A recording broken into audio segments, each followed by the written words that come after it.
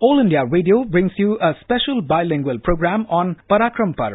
The participants are Lieutenant General Vinod Bhatia, Lieutenant General Rakesh Sharma, Lieutenant General Mukesh Sabharwal, and Sudhi Ranjan Sen, journalist, who initiates and moderates the discussion.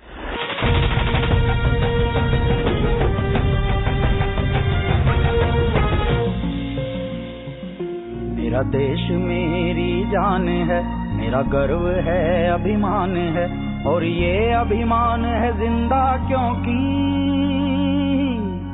सीमा पर वीर जवान है। जल हो जमीन या आसमान, कभी झुके नहीं भारत की शान। मेरे देश के जवान तुझको शत शत प्रणाम, मेरे देश के जवान तुझको सौ सौ सलाम। सौ सौ सलाम तुझको, सौ सौ सलाम। देश के जवान तुझको शत शत प्रणाम। 2 years ago, at about this point of time, it was code green. That would have meant that our soldiers would have either been moving towards the border or would have crossed the borders and waiting for the final signal or final kind of a go-ahead to go and strike. Well, it is on the night of the 28th and 29th that the Indian Army crossed the line of control and struck multiple targets in what is now called the surgical strikes. The Government of India today is celebrating it, and it is called Parakram Parv. We have with us a very, very distinguished panel to talk about the entire episode and what it means. Let me first introduce Lieutenant General Rakesh Sharma, a veteran who's been through this and knows this. At the back of his hand, Lieutenant General Mukesh Sabharwal and Lieutenant General Vinod Bhatia. Let me start with you, General Bhatia. You've been the DGMO also. How difficult is it to plan an operation like this? Planning is a continuous process. The planning is not difficult. The difficult part is the planning, preparation and execution, the synergy between them. So you cannot over-plan, you cannot under-plan. It has to be planned exceedingly well, knowing the limitations and the assets of the troops who are going to execute it. But there are too many uncertainties. This is one strike which has been on the table for planning. It is reviewed. It is not that it is just picked out and done. These plans are constantly under review. The training standards are set according to the plans. So there is a lot of synergy between everything we do. The main thing in this is the execution part. And before that also is the politico-military will. It is a lot of politico-military will. If you see, we've been suffering from this proxy war for the last 3 decades now. And Pakistan has carried out terrorist attacks with impunity and perpetuity, and knowing very well that, India will not react because of the nuclear rhetoric. So this surgical strikes has achieved much more. It breaks a lot of myths actually. Pakistan's comfort zone that nothing will ever come from the other side. So that has been broken. And the surgical strikes, the way they are executed, I think we got to salute each and every man who was involved in the execution, and also the commanders who have planned and taken the responsibility of having executed it. It's not easy. Multiple targets, inserting is difficult, but insertion is there, execution. And the most difficult part is after the first shot is fired, there is no surprise now. And to get back everyone and the extraction part of it. I salute each and everyone who took part and who was in the support staff and in the support systems also. Absolutely. I mean, this is something that is commendable. We all have to support. Let me come to you, General Sharma. When the surgical strikes happened, it was kind of introducing an element of unpredictability in the entire foreign policy. As General Bhatia was saying, Pakistan's bluff in a way of using the nuclear deterrent was called. You've seen the military, you've served in all these places. How surprised were you when you heard this, that, this is what has happened? Let me put it this way, that there is always on table a bouquet of options. And there are a large number of options available. And it's not that we have not crossed and trespassed the LOC earlier, but at a political level, going through multiple targets and going across was doing at the first time. And we were serving that time. I was serving in the army headquarters. So the fact is that something was happening was in the air. But that we could take on a multiple objectives of this kind, go across to some depth there, take on some launch pads, destroy them and come back safely. Yes, we also were surprised. And after Parakram and after what happened 26/11, and then, as Bhatia said, the nuclear issues, there was a hesitancy coming up that we are not being bold enough. So that boldness came up. It's not courage alone. It's the decision making and execution of a coordinated task. Certainly, we were energized ourselves. People who were senior officers were energized ourselves in that operation that was carried out. General Sharma, अगर मैं आपको पूछूं कि ये जो bold एक decision है, ये डिसीजन लेने के लिए क्या क्या जरूरत है? सबसे पहले तो जरूरत, थोड़ा सा जिक्र जनरल भाटिया ने भी किया था, इज पॉलिटिकल विल। क्योंकि कुछ इस तरह के छोटे एक्शंस पहले भी होते रहते हैं, लेकिन वो एक टैक्टिकल लेवल, ये जो डिसीजन है, चाहे overall operation, lot of people इसको they call it a tactical operation really, but it was a very specialised operation and the decision to take it. Now the decision has to be a political decision and it has to be on the advice of the military commanders. So options, like General Sharma has also said, the options were there, but what to do it? Should we cross the LC, the line of control? That is like crossing the Rubicon, absolutely important. And once you have done that, then the impact is far larger than what other people will understand. What is the impact of? The impact is, now Pakistan, which always thought that the Indian army will never, it's a reactive, retaliatory, they will never cross this thing. Now here they were totally surprised that if they have crossed the line of control. Now once you have done it, means you can do it again. And if you can do it again, when will you do it? He also doesn't know. So now there is a big caution which has been put on him, that if I try something funny, the Indian army is capable, and the national will, which everybody thought was lacking, now it is possible for them to do it. And this also gave another great thing, is for the confidence of the Indian army itself, of its commanders, that when we go to the government and ask them that this is a proactive action which we want to take, we will be supported. Now that confidence has come in, so therefore the options have widened. So that has been a big, big impact in this particular operation. In fact, today the Prime Minister is in Jodhpur and he also did remember, pay homage, and in fact quickly read out the message the Prime Minister wrote at the Konark War Memorial there. The Prime Minister said, "Nation is proud of a brave military power that is determined and devoted to the safety of motherland. My warm regards to the brave hearts who perform supreme sacrifice and are the symbol of inspiration for every generation." General Bhatia, ये जो message जो प्रधानमंत्री का आज है और ये जो पॉलिटिकल विल की जो बात हो रही है, आप डीजीएमओ भी थे, अपने जो श्रोता है उनको बता दूं कि आप ऑपरेशन कैक्टस में भी थे, तो हम देखते हैं कि बीच में एक लैक ऑफ पॉलिटिकल विल आता है। 26/11 हो गया, तब भी हमने एक्ट नहीं किया इस तरह से। इस बार आपको क्या लगता है कि कैसे या तो क्यों ये किया गया? देखिए, किया गया ये बहुत महत्वपूर्ण है, पहली बात तो ये। दूसरी बात, जो हमारे देश का जिसका समय जो लोगों का पेशेंस था, जो सहन शक्ति खत्म हो चुकी थी, वो जब देखिए टेररिस्ट अटैक हो रहे हैं, जहां हो रहे हैं, तो बहुत जरूरी था कि हमको बताना पाकिस्तान को कि हमारी अभी जो स्ट्रेटेजिक पेशेंस है वो खत्म हो चुका है, और अगर हम जब चाहें हम आपको सॉर्ट आउट कर सकते हैं, आपको तरीके से आपको समझा सकते हैं कि ये कर रहे हैं। उनके जो low cost high effect war है उसकी कॉस्ट बढ़ानी थी हमको, और वो हमने इससे बढ़ा दी। ये टैक्टिकल लेवल ऑपरेशन तो था, लेकिन स्ट्रेटेजिक लेवल पे क्या किया, इसने पूरी दुनिया को बता दिया कि हम अभी इसके बाद एक्सेप्ट नहीं करेंगे, ये हमारी लक्ष्मण रेखा है, आपने इतना किया है। और इसका जो कारण था वो ये था कि जो 18 सितंबर को उड़ी में जो अटैक हुआ था, जिसमें 19 हमारे जवान शहीद हुए थे, तो ये उसका प्यूनिटिव ऑपरेशन था, ये किस्म से। और देखिए कितने अच्छी तरह से प्लान किया गया था। ये एक प्यूनिटिव ऑपरेशन भी था और ये प्रिएम्प्टिव ऑपरेशन भी था। प्यूनिटिव इसलिए था क्योंकि जो 18 सितंबर को जो उड़ी का अटैक था उसका जवाब दिया। प्रिएम्प्टिव इसलिए कि वहां पर जो लॉन्च पैड थे, जहां पर आतंकवादी हमारे देश में आने को तैयार थे, हमने जाके उनको न्यूट्रलाइज किया लाइन ऑफ कंट्रोल पार करके, जो हम नॉर्मली पार नहीं करते हैं। जो भी होता है टैक्टिकल लेवल होता है, लेकिन ऐसे लेवल पार नहीं करते हैं। तो ये बहुत देखने की चीज थी। और साथ में जैसा हमने बोला, जहां तक प्रधानमंत्री का सवाल है, देखिए हम सोचते हैं कि हमारा देश जो है थोड़ा कमजोर है इन चीजों में। आप पहली बार ही देखेंगे जहां पर इस लेवल पर पॉलिटिकल विल, डिप्लोमेटिक, मिलिट्री और साथ में इंफॉर्मेशनल, ये चारों चीजों के एक साथ उनको लेके चले हैं।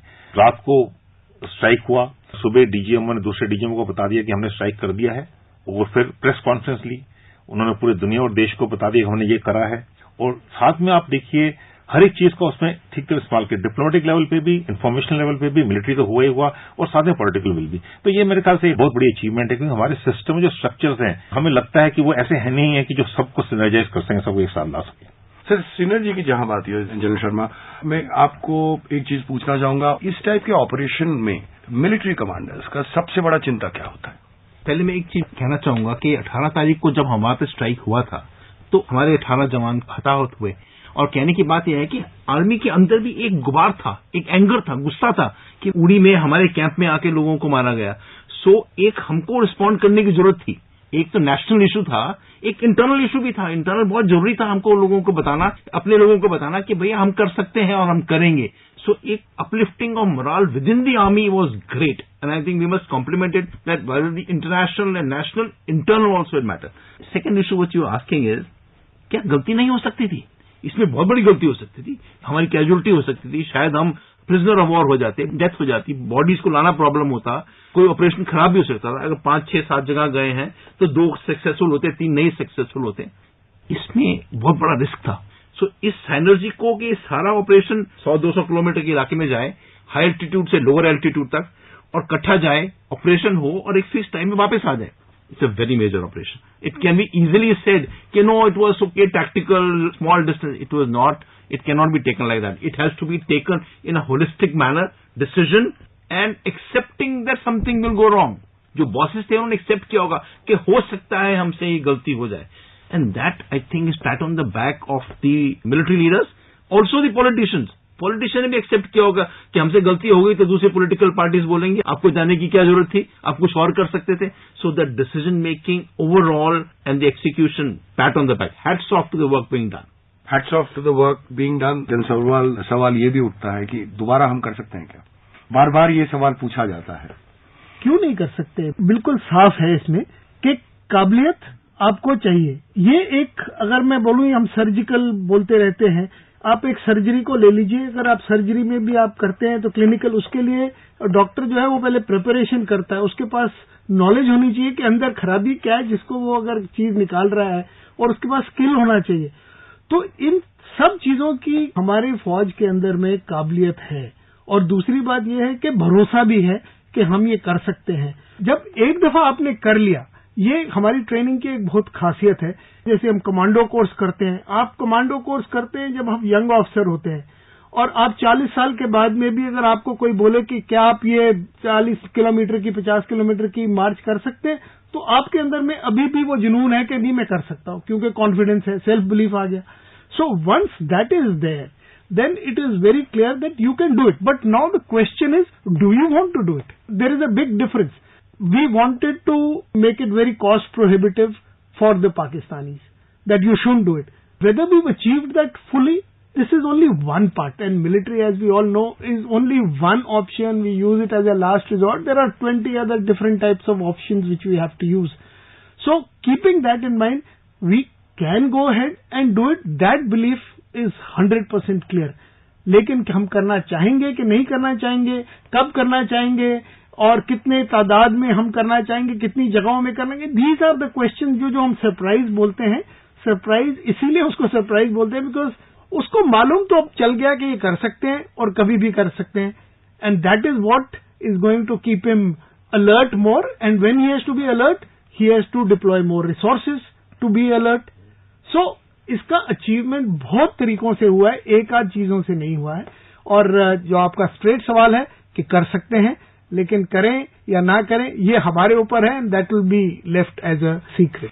जनरल भाटिया, ये जो कह रहे हैं कि कर सकते हैं, नहीं कर सकते हैं, ये तो एलिमेंट ऑफ सरप्राइज है. अनप्रिडिक्टेबिलिटी आ गया.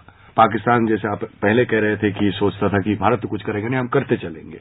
If you were to look at the impact on Pakistan that this strike has had, what do you think are the major points that it has had? देखिए, इसमें 3-4 चीजें बिल्कुल stand out करती हैं. पहली बात तो जैसे स्ट्राइक हुई, उसके बाद पाकिस्तान ने बोला कि स्ट्राइक पाकिस्तान में नहीं हुई. उनके जो अंडरलाइन वर्ड था, पाकिस्तान में नहीं हुई, बिल्कुल ठीक बोला उन्होंने, क्योंकि ये हमारी टेरिटरी, पाकिस्तान ने ऑक्युपाइड करके हमारी टेरिटरी, तो पाकिस्तान में नहीं हुई.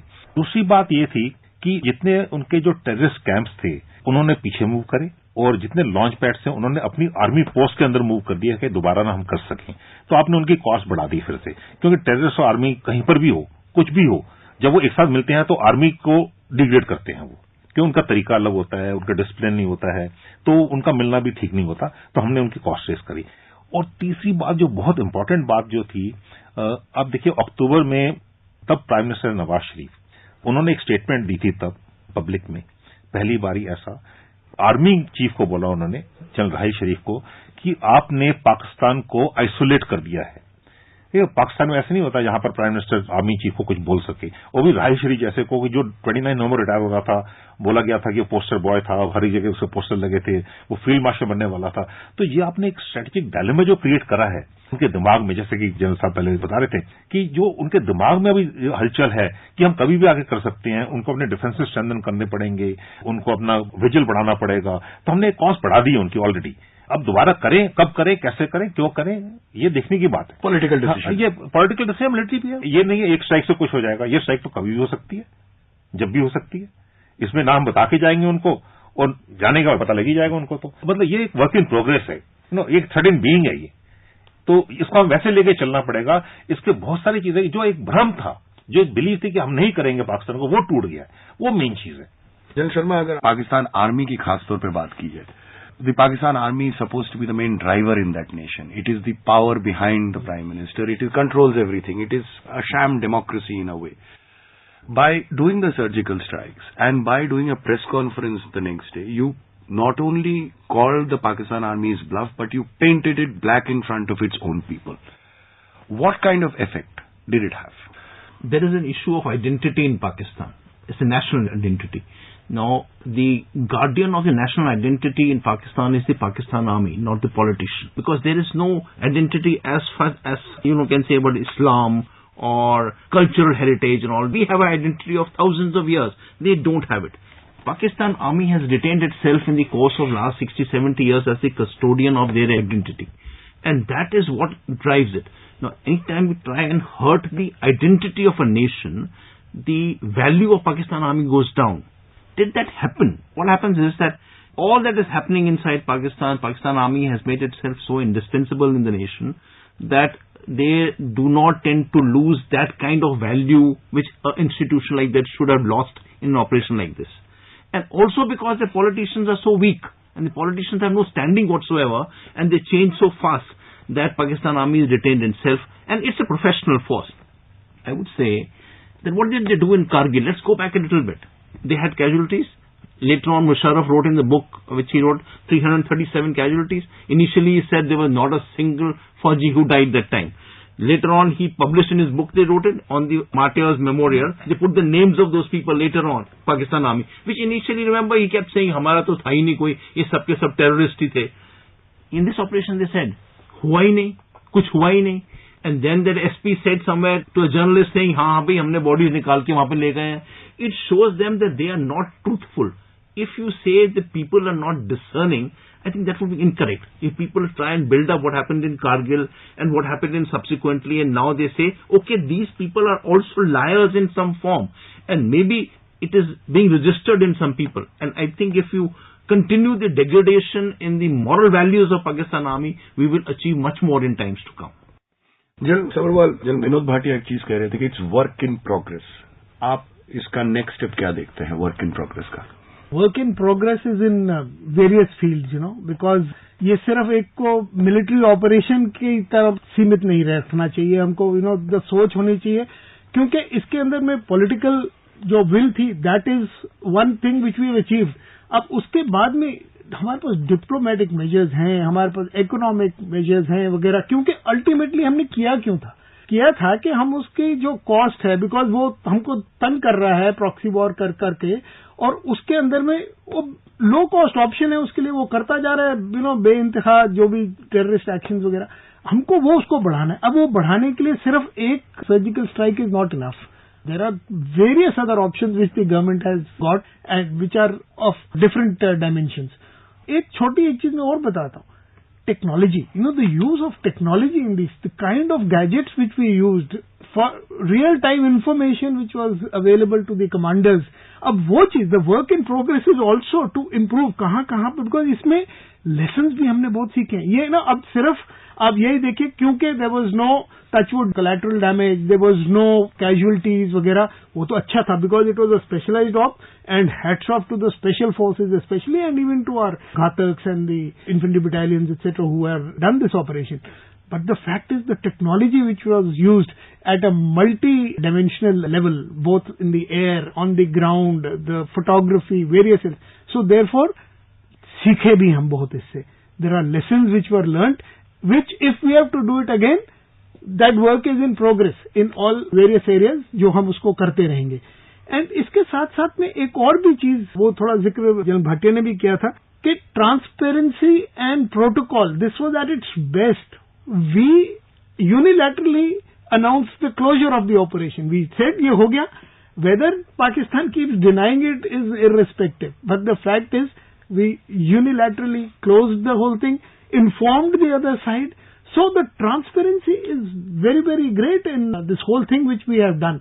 And what is it given to us is the pride and dignity, not only to the armed forces and the people who actually did the operation, but to the nation itself. The pride and dignity इतनी ज्यादा उसका महत्व है.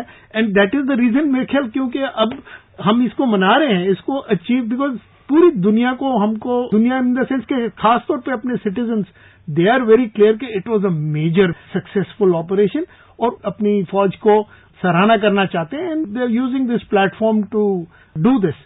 But there are other ways of also which we have to look after our force. You know, this is tongue in cheek. I'd like to say कि फौज की dignity, pride उनको सराहने से तो होती है, लेकिन जो उनके वेटरन्स हैं, उनकी विडोज हैं, हमारे जो डिसेबल्ड पीपल हैं, उनकी जो देखभाल थोड़ा सा है, वो अगर हमारे दोनों सिटीजन्स की तरफ से, सरकार की तरफ होने से, तो वो और भी चार चांद लगाएगी. In fact, the government is celebrating it. In Parakram Parv is being celebrated and it is there.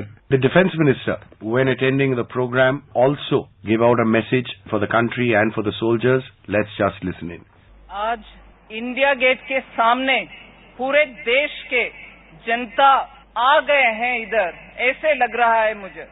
The night of 28th and 29th, Indian Armed Forces proved to this world that there is a very clear way in which we will show our strength to say that we shall not tolerate terrorists coming in the garb of intruders and creating havoc at our borders, at least hoping to create. We showed for that cowardly act of killing soldiers who were remaining in their base, India shall not sit and watch the whole thing. We proved to them that that shall not go unpunished. And when it shall not go unpunished, what is the action that we would take? It's all out in the open now. All the terrorist pads were cleared off. And those who were wanting to spread terror have been adequately punished. इसीलिए आज हम पराक्रम पर्व मना रहे. Moving on from this, let's focus a little bit on the tactical part of it. What would have been going on in the minds of the individual commander? What would they be thinking when they got the green light? सबसे पहले excitement होती है, बहुत excitement होती है कि मौका मिला है. दूसरी बात होती है, इतना सोचने का समय नहीं होता, क्योंकि आपका दिमाग चल रहा है, प्लानिंग चल रही है, ब्रीफिंग चल रही है, ट्रेनिंग चल रही है, प्रिपरेशन चल रही है, इक्विपमेंट चेक हो रहा है, रीचेक हो रहा है. और तीसरी बात जो मेन है, सबको ये पता है कि वन वे टिकट है, जाने की टिकट है हमारे पास, आने की नहीं है. लेकिन कोई बोलेगा नहीं, ये जाने को सब तैयार है. और जो नहीं सिलेक्ट हुए वो कहता है मैं क्यों नहीं, और जो हो गए हैं वो अपना अभी लगे हुए हैं तैयारी में. क्योंकि इसमें क्या होता है, कोऑर्डिनेशन इतना होना पड़ेगा, हर एक को अपने साथी पे, अपने कुलीग पे, अपने बडी पे, अपने स्क्वाड पे, सेक्शन पे अंधविश्वास होता है कि अगर मेरे पीछे है, मेरे गोली कान के पास से निकालेगा तो मेरे कान पे नहीं लगेगी, मेरे कान से होके जाएगी. इतनी ट्रेनिंग होती है, लेकिन वो विश्वास भी होता है उसमें. अपने हथियार चेक करने पड़ते, बहुत सारी चीजें होती हैं. तो इतना ज्यादा सोचने का टाइम नहीं होता, लेकिन सबको दिमाग में कहीं ना कहीं होता है कि ये वन वे टिकट है, हो सकता है कि मैं कल सुबह ना देखूं या आज रात को. तो वो हमेशा होता है, बहुत सारी चीजें चलती हैं. लेकिन ऑपरेशन की जो कामयाबी है, फतेह करना है जो, वो प्रायोरिटी हो जाती है और उसके लिए कोई कॉस्ट नहीं होती है. सब दिमाग उसी को होता है. सिर्फ जब ऑपरेशन खत्म हो जाता है, जब रिपोर्ट आ जाती है सब ठीक है, उसके बाद आदमी सोचता है कि क्या क्या गलत हो सकता था. तब तक तो किसी को होश नहीं रहता है. और इसके पीछे जो इतनी ट्रेनिंग जो दी जाती है, सालों की ट्रेनिंग होती है इसमें, हर एक चीज की, मतलब आप समझ नहीं सकते कि कितनी ट्रेनिंग की जाती है, कैसे की जाती है, कौन करवाता है. और जो कमांडर्स होते हैं वो बैठे हुए हैं, क्योंकि एक बार वो हो गया है, अभी कमांडर तब वेट करता है. वो जो कमांडर का जो वेट होता है ना, वो हर पल जो होता है कई कई दिनों का होता है, इतना लंबा होता है. क्योंकि वो थोड़ा सा उसके दिमाग में होता है कि जल्दी खत्म हो, जल्दी हो, और लेकिन जल्दी वो कुछ कर नहीं सकते हैं. तो ये बहुत ही जो दिमागी हालत होती है उनकी, वो देखने वाली. लेकिन उसके लिए हमने प्रिपेयर किया होता है, ट्रेनिंग बहुत अच्छी होती है. हर एक को उस दिन का इंतजार होता है कि जब मुझे मौका मिलेगा मैं फतेह करूंगा, मैं सफल होऊंगा, मैं अपने यूनिट के लिए, अपने रेजिमेंट के लिए, अपनी फौज के लिए, अपने देश के लिए विजय प्राप्त करूंगा. Then Sharma, I want to come to another aspect. We are talking about the surgical strikes into Pakistan. But there is also another strike that we did, that this government did, that was across Manipur. And it was in similar circumstances. Our soldiers had been killed. We went across and we took on terrorists. Of course, like the Pakistan army keeps on helping terrorists, perhaps that is not the case on the other side. Did we learn any lessons from there and implemented it here, or vice versa, or is it फौज का जो training है, it is there to take care of both borders? ये कैसे मतलब? The situation is different. It is a surgical strike. It happened in Myanmar also. I mean, across the border. But the border is not active. This is a volatile border. Even now, when there is ceasefire, firing takes place often. There, it is not a volatile border. You are still trespassing across, locating a camp. I think there was information gaps in Myanmar which we had to finally fill in while we went across the border, located the place which was not easy to locate, and then took action against that. And there was cup in the lip. We could have lost the time, the walking distance, the areas. Here, we know the areas like back of a hand. We have surveyed them. Fantastic ideas. We made bouquets of options. We could have gone to 5 places, but we could have gone to another 15 places. So there are options available to us. So actually speaking, both required tremendous planning, tremendous courage, tremendous go in the people. But actually they were different operations.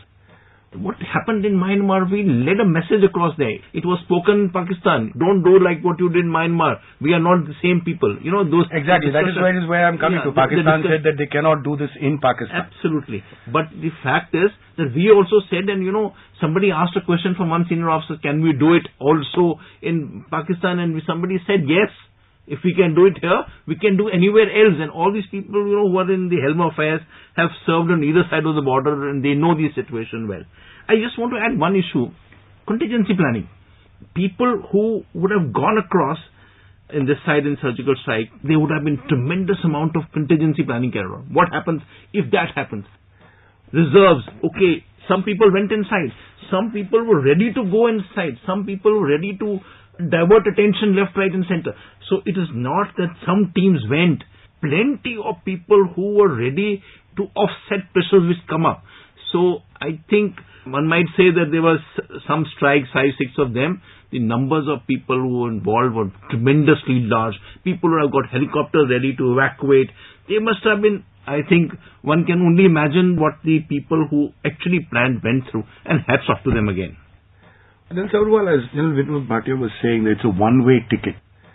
So when you train a soldier, when you train an officer, a man, to get into this, what is it that gives him this edge? That yes, it is a one-way ticket, लेकिन मैं जाऊंगा, मुझे करना है.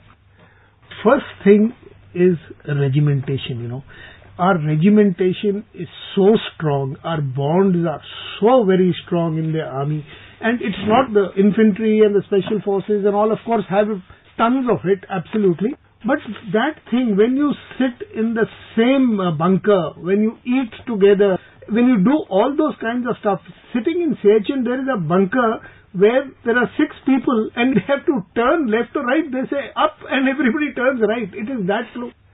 So your bonds are such, आप सोच भी नहीं सकते. बाकी बाहर से ऐसे लगता है कि सब हंकी डोरी, सिर्फ ऑलिव ग्रीन दिख रहा है, पर खड़ा होकर जब वो सलामी देता है ट्राई कलर को, उसके पीछे कितना मेहनत लगा है, कितना आपके टफ टाइम्स, एडवर्स सिचुएशन में आप गुजरे हैं. क्योंकि आप उस एडवर्स सिचुएशन में गुजरे हैं, अब वो बडी है.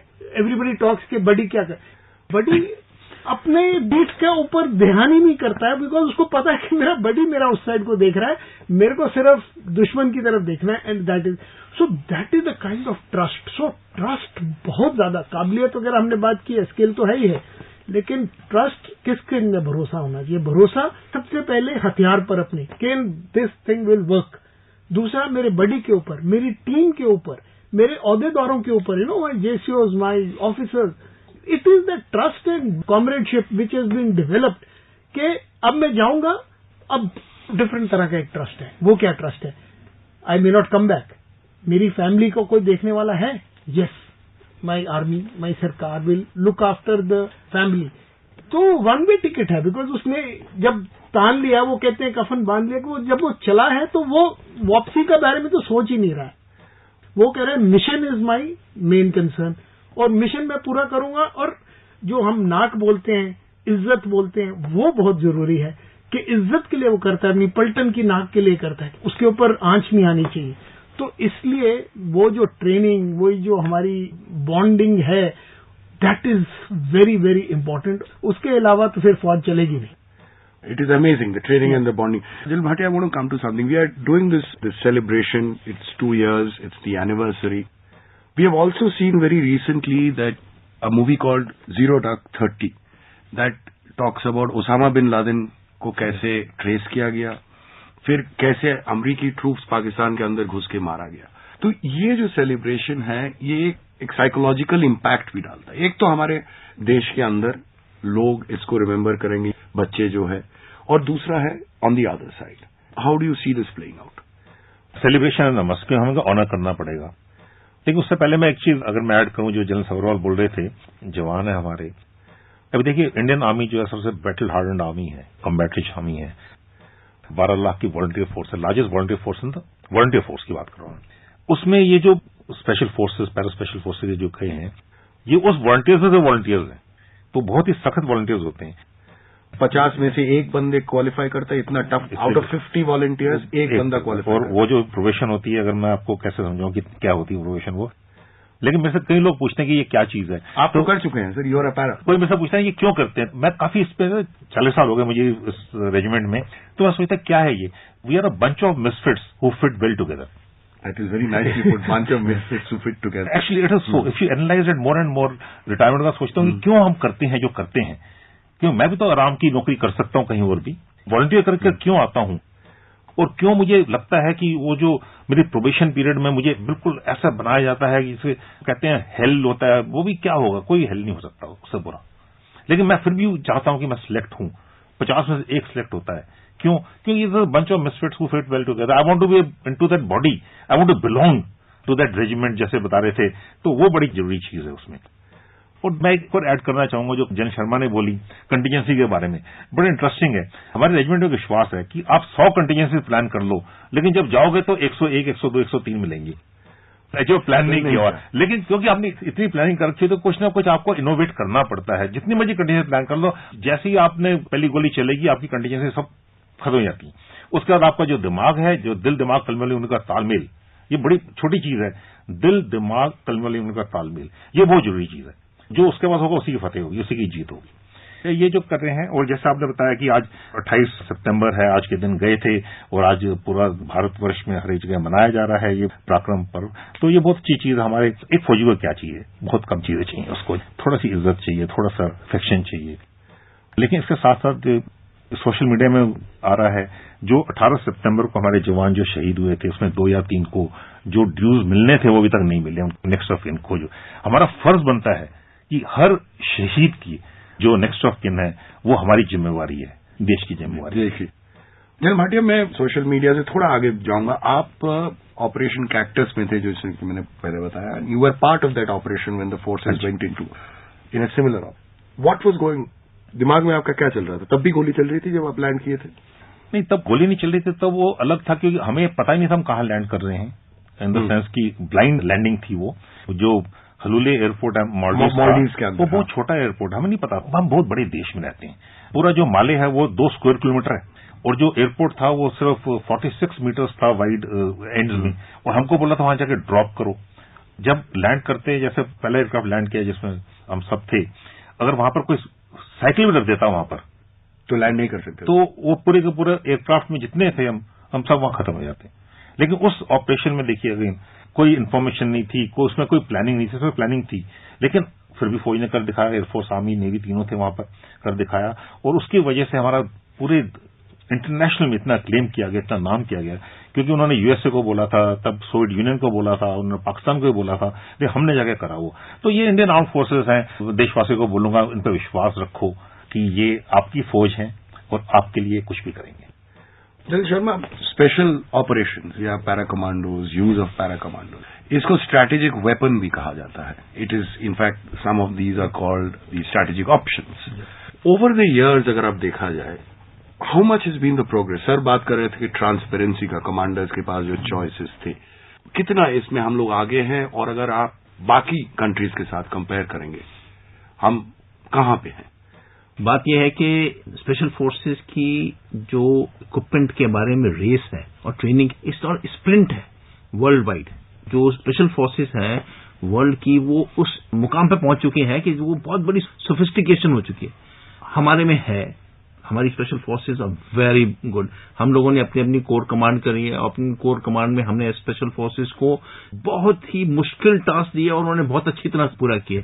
आई was commanding Ladakh corps, and Ladakh में number of time special forces came Chinese के साथ, they did fantastic amount of work. Whether they are optimally equipped and optimally ready to do the best, well, I would say they require a little more effort. I think there is more than cup on the lip. There is vast distance and they need to gear them up. If we have to take the best out of them, then the best out of them has to be taken from them by giving them the best. Even if you see these drone strikes, etc., now, the visibility was poor. They didn't have the kind of eyes they ought to have when they're moving ahead. They probably wouldn't have the best of communication they ought to have. There is immense amount of training, gusto, josh, courage. There is little more required for us to get them ready to do all these tasks. I just want to take a minute on something else. In last 3 years, and you mentioned about celebration, you know, ये जो पराक्रम पर्व है, there are people writing saying क्यों कर रहे हैं, lot of media is writing क्यों कर रहे हैं। इस लास्ट 3 साल में हमने 4-5 मेजर इवेंट ऑर्गेनाइज किए हैं to celebrate. It was 100 years of World War I. We celebrated a very major occasion took place. It was 50th Golden Jubilee. Huge establishment in Rajpath and they did a fantastic show. Every time you have a 15 August or a 26 January, you have a Bharat Parv in Red Fort for 6-7 days where the entire nation comes together to show the kaleidoscope of colors that we have. This all leads to immense amount of nationalism in the nation, and which is also an essential part of it. 1 lakh people visited every day the 65 celebration in the Rajpath. To say this is one more major event carried out now, which adds on to the josh in the nation and josh in the forces. And I think we must accept that this is a very fine decision taken to organize this Bharat Parv. What about the psychological operation, so to say? What is the kind of message it gives to Pakistan? I would say that it has been registered. Sabharwal rightly pointed out, it's been registered. Okay, when we say there are bouquet of options, they know they can do many other. What else can they do? They must be war gaming every day. यार ये नहीं करेंगे तो और क्या कर सकते हैं? इधर से आएंगे, उधर से जाएंगे, ऊपर से आएंगे, नीचे से जाएंगे. We have caused immense amount of confusion in the minds, and we know that we have such kind of options. I think we got them busy thinking. Surgical strikes announced हुई, is being celebrated now. Obviously, issues are there. It will be there. Government is looking into it. But if you look at it internationally, where were we and where are we now? If post-surgical strike, pre-surgical strike?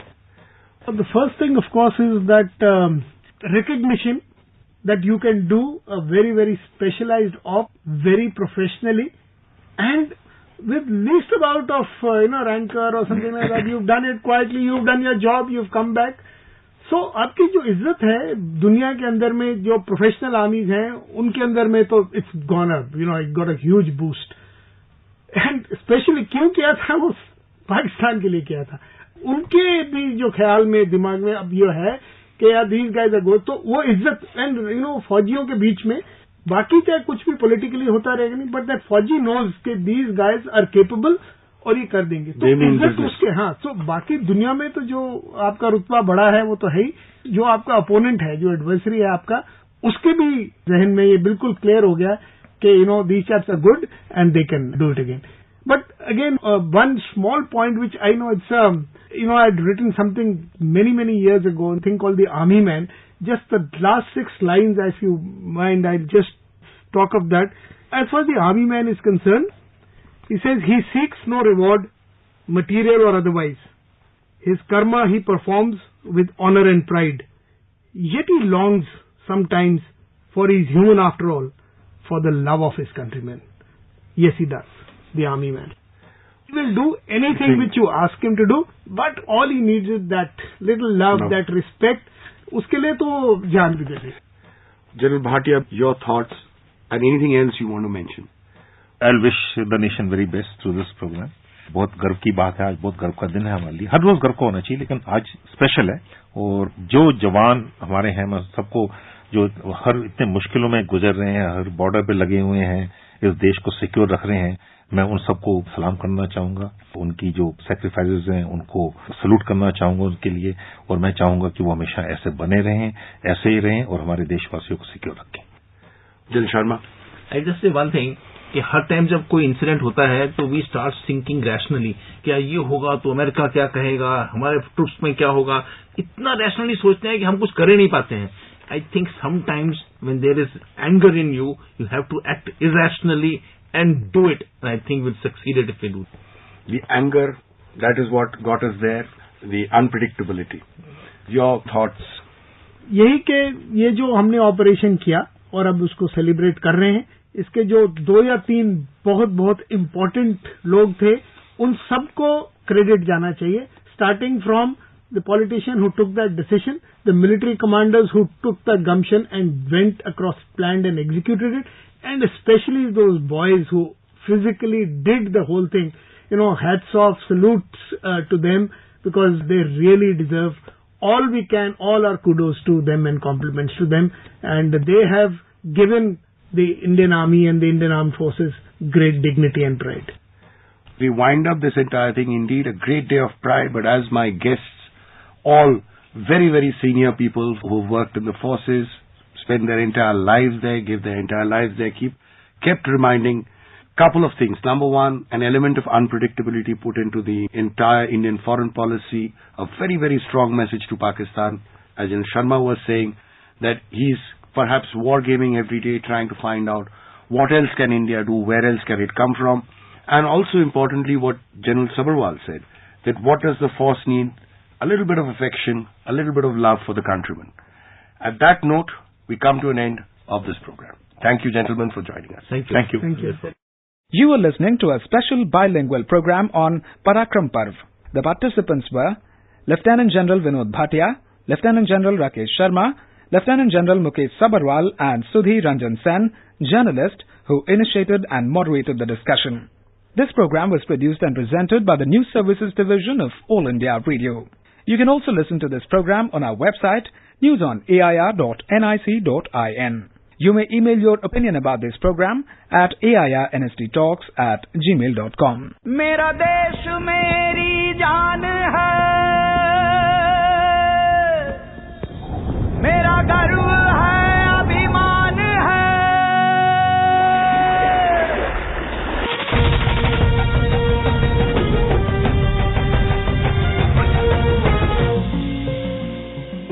मेरा देश मेरी जान है, मेरा गर्व है, अभिमान है, और ये अभिमान है जिंदा क्योंकि सीमा पर वीर जवान है। चल हो जमीन या आसमां,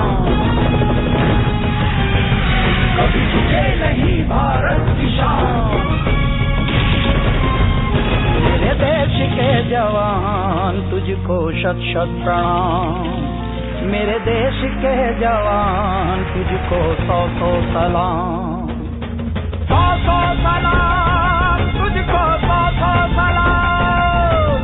देश के जवान तुझको शत शत प्रणाम।